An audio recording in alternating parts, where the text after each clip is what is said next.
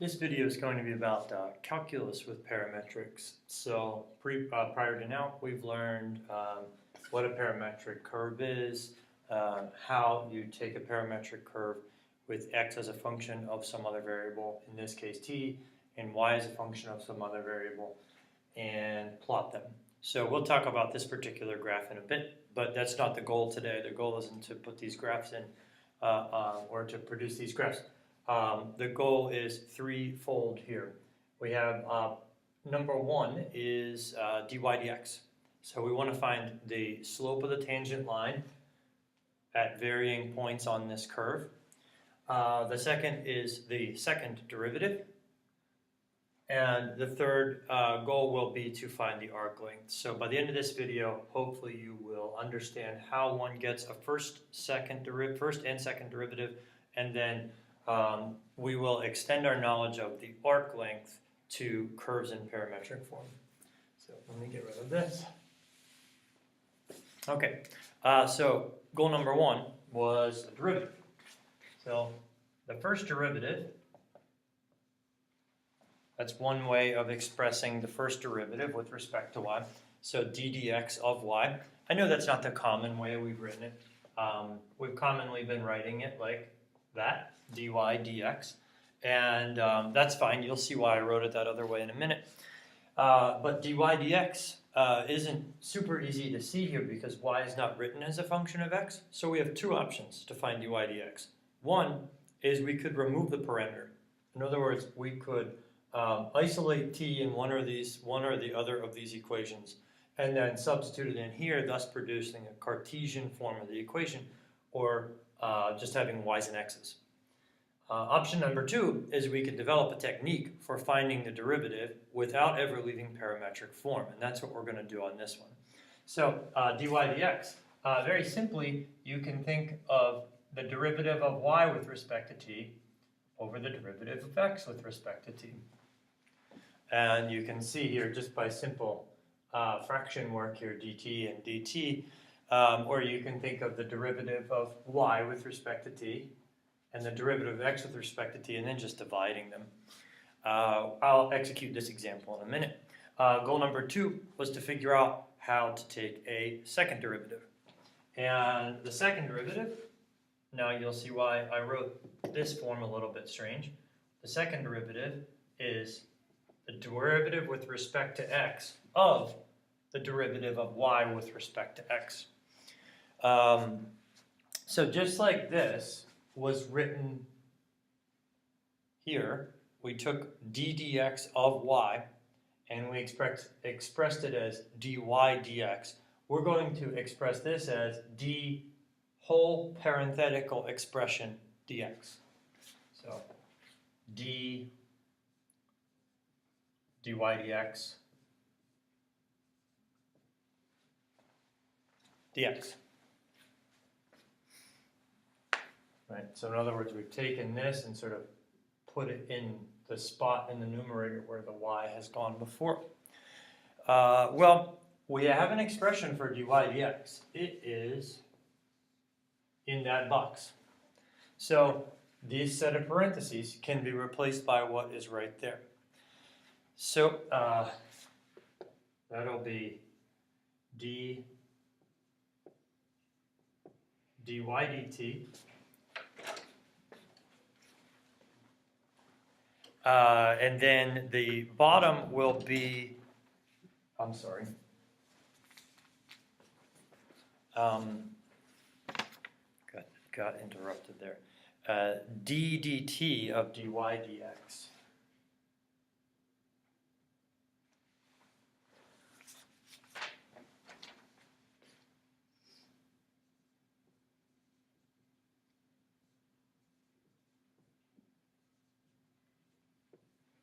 So just like here we did dy dt, or we did the derivative of this thing with respect to t, we're now going to do the derivative of this with respect to t.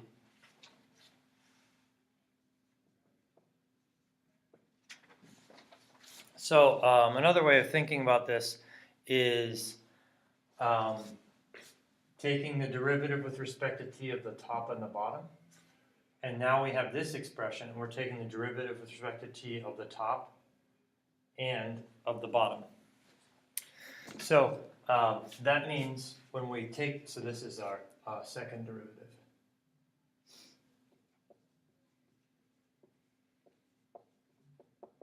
I don't want to complicate it with too many other letters. So we have a first and second derivative. I know this looks a little bit weird, the numerator. And we'll see how, after you find the first derivative, how we use that to calculating the second derivative. And it will not be very complicated. It looks worse than it is to execute. So now I have a problem set here, or at least a graph set. X is t squared and y is t cubed minus 3t. I'll leave it to you if you want to take a minute and pause to find plug in values of t and go from there. But for example, this is where t is -1, t is 0, t is 1 down here, etc. So you could go through and name the points on this, and you'll see that the graph kind of heads in this direction. So I'm just putting the arrows there to show that as you progress into more and more positivity in t's, you trace from here to here and then up through. So what we're going to do with this problem is just a little bit of a calculus exercise. We'll find a derivative. We'll find when the horizontal tangent is horizontal and vertical. So let's do that first. So I guess we'll call this 1. When is the tangent line horizontal? And when is it vertical? Vertical.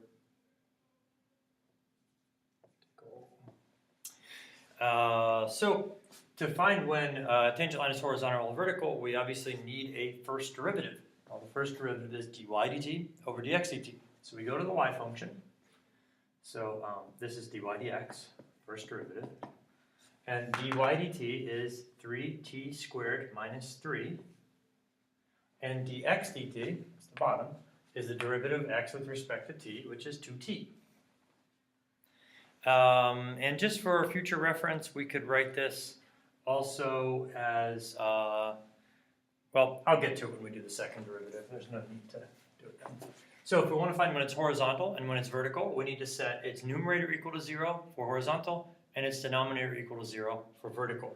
So horizontal will be, if you set that equal to 0, you'll get t is plus or minus 1. And vertical will be, if you set the bottom equal to 0, then you'll get t is 0. And now you can see why I've labeled these key points on the parametric graph here. So if t is -1, it's pretty clear to see we'd have a horizontal tangent. I'll do that in purple. If t is 1 or -1, that's the case. And then if t is 0, I'm not going to draw the tangent because it's already here as the y-axis. Okay, second question is to discuss the concavity of the graph. Now, the concavity is, of course, going to be based on the second derivative. So the second derivative, let's call it what it is, which is, this is the part that I hesitated to write earlier. I didn't want to make it any more complicated, but that's just a statement of I'm going to take the second derivative, and we're going to use what's in the box here to do so. So we need to do the derivative with respect to t of what we just found to be our first derivative. So we go to our first derivative, which was that. And another way of writing our first derivative was 3/2 t minus 3 over 2t. All I did was just divide this. So t squared over t became t, and then this one already had a t in the denominator, and that was it. So I'm just going to use this to calculate the ddt of dy dx.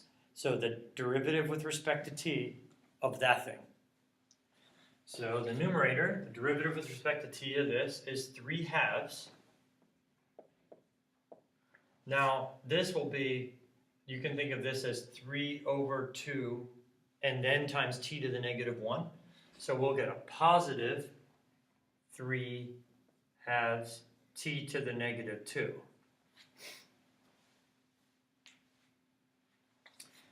So that's the top part, that's the hardest part. The bottom is just dx dt. So we go back to x and we take the derivative of that, which is again 2t.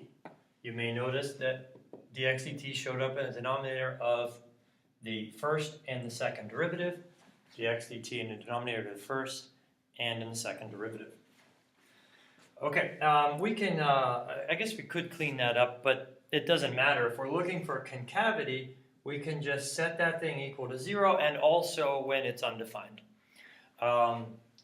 Let's see. We could do a bit of simplifying. I already did that work. Let's do that.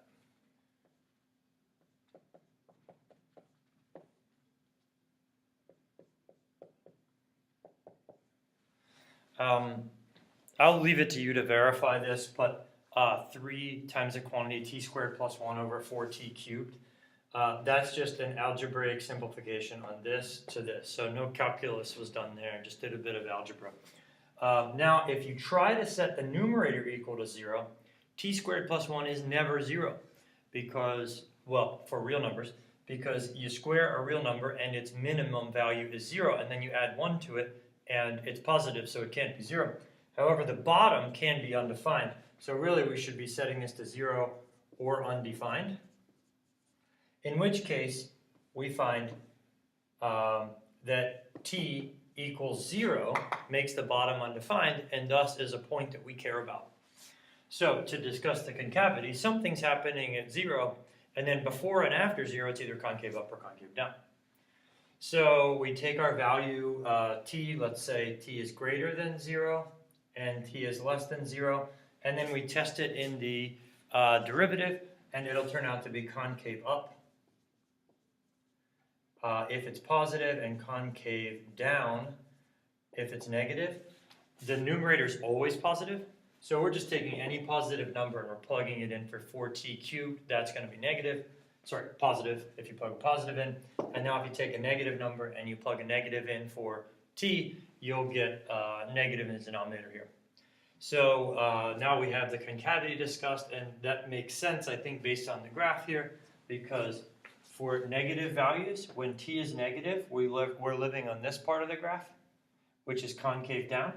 And then when after t is 0, we go to t is 1, t is 2, and now we're living on this concave up portion of the graph. So I do get that it's written in terms of t, but we can take those t values and substitute in if we wanted to know what the ordered pairs were. In this case, the point of interest is when t is 0, so it'll be 0, 0, which is the point where we change concavity. Okay, so goal number 1 was first derivative. Goal number 2 was second derivative. We did some work with that and we did an application. And the last goal was, I'm going to erase this work here, was to find the arc length. Based on a previous lesson, we have, so this is arc length.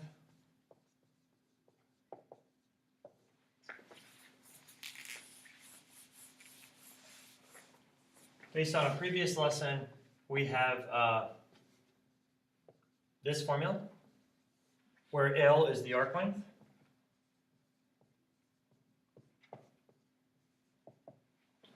And A and B, important to note here, A and B are x values because we're integrating with respect to x. So we'll do a little bit of variable manipulation here, a little bit of algebra using this, and we're going to rewrite dy dx. So step 1, we're going to rewrite dy dx.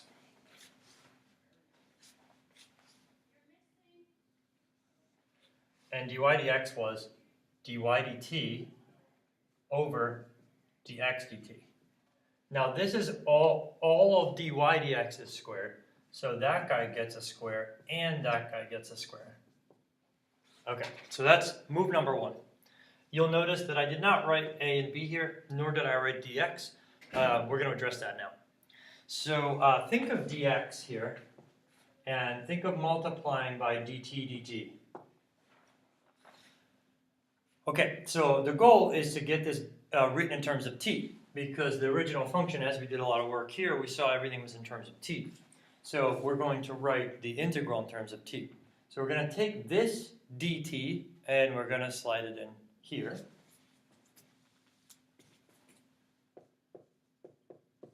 So now we have dx dt, and by the way, dt was 1, right? So that made this thing legal. And what we're going to do then is we're going to take this and we're going to distribute into the root, into both terms of the root.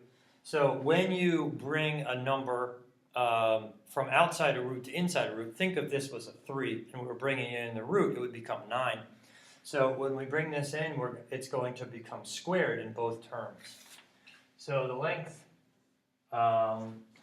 when you bring dx dt times 1, will be dx dt squared. And dx dt squared will cancel this bottom dx dt, so it'll leave dy dt squared. And on the outside now we're left with dt. I mentioned that I didn't include the limits here, a and b.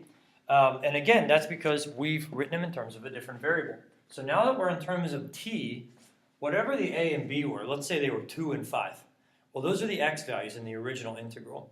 So now we need to go back to the x equals whatever function it was. For example, I'm grabbing my notes.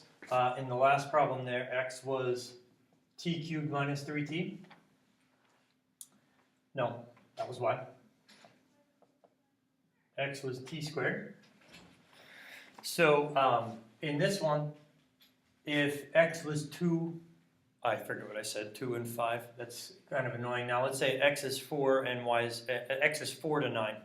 So if this is from 4 to 9, then we could say t must be 2 and 3.